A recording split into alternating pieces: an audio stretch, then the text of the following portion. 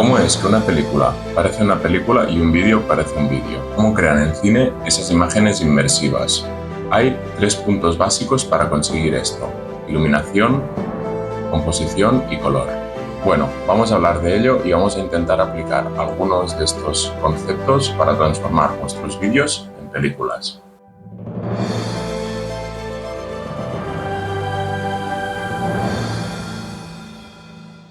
Empezaremos con la iluminación. Es la parte más importante del vídeo. Esto lo tenéis que tener claro. Sin luz no hay imagen y sin imagen no hay película. Evidentemente que puedes contar una historia sin luz, pero entonces igual solo será una narración. Pero la iluminación no es solo darle información al sensor de la cámara para que podamos ver algo. No, la iluminación es mucho más que eso. Una buena iluminación hace crear contrastes y simbolismos. Establece la hora del día. Crea profundidad.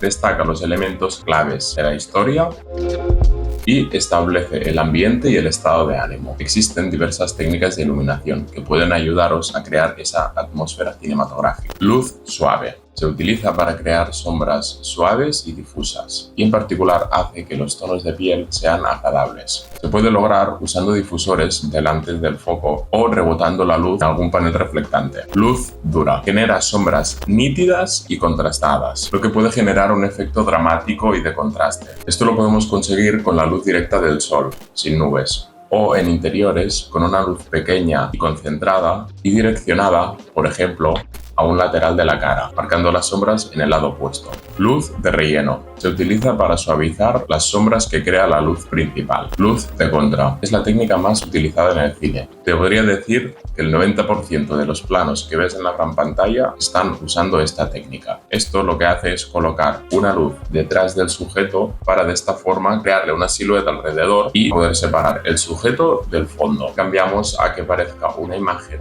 2D, a que haya esa profundidad y que el espectador entienda que al otro lado de la pantalla hay todo un mundo. Para cerrar este bloque me gustaría decir que lo importante para iluminar bien una escena es mezclar varias de estas técnicas. No solo usar luz de contra o una luz principal o una luz dura. Evidentemente habrá casos que sí que queremos eso, pero en muchos otros tenemos que intentar mezclar todas estas para conseguir transmitir esas emociones y ese contexto del personaje con la luz. Por ejemplo, podríamos iluminar al sujeto con la luz principal. Al otro lado podríamos poner una luz de relleno para suavizar las sombras y en el fondo podríamos poner un punto de luz para crear una textura y separar el personaje del fondo y reforzarlo con una luz de contra que nos haga resaltar la silueta del personaje. De esta manera conseguiremos que haya una profundidad y que haya mucha textura en toda la escena. Y como decía antes, no siempre tienes que usar la misma luz. Enfócate en qué es lo mejor para cada escena. Pero si no tienes una historia y simplemente quieres iluminar a un personaje, yo optaría por usar una luz suave. El segundo aspecto a tener en cuenta es la composición. La composición permite contar una historia de manera efectiva a través de imágenes. Mediante la disposición cuidadosa de los elementos en el encuadre, se pueden establecer relaciones entre personajes, objetos y entornos y transmitir la información importante para cada escena. También nos aporta significado y simbolismo, estilo visual, expresión emocional de los personajes, enfoque y énfasis. Hay varias técnicas en la composición. La más común de todas es la regla de los tercios. Es tan sencillo como dividir la pantalla en 9 trozos iguales y colocar eso que tiene peso en la escena en esas intersecciones. Esto nos ayudará a crear un equilibrio en las imágenes que atraerá la atención del espectador. Espacio negativo. Consiste en dejar un espacio vacío alrededor del sujeto. Tal vez nos servirá para explicar que el personaje está aislado del mundo o se encuentra solo. Si quieren entender bien esta técnica, miren Mr. Robot. Constantemente están usando esta técnica. Líneas de guía. Esta técnica consiste en usar líneas horizontales, verticales y diagonales para dirigir la mirada del espectador, pero también pueden usarse para demostrar lo grande del mundo o tal vez que el personaje se encuentra encerrado, como si fuese una cárcel. Simetría. Aquí no sé si decir que simetría es igual a equilibrio o todo lo contrario. Supongo que depende. Lo que sí sé seguro es que la simetría es súper placentera de ver. Sin ir más lejos podéis ver cualquier película de Wes Anderson y os daréis cuenta del placer que da ver esas escenas. Encuadre. Utiliza elementos de la escena, como ventanas, puertas, ramas de árboles o cualquier objeto, para enmarcar el personaje principal. Esto ayudará a dirigir la atención hacia el personaje y agregar profundidad y contexto a la escena.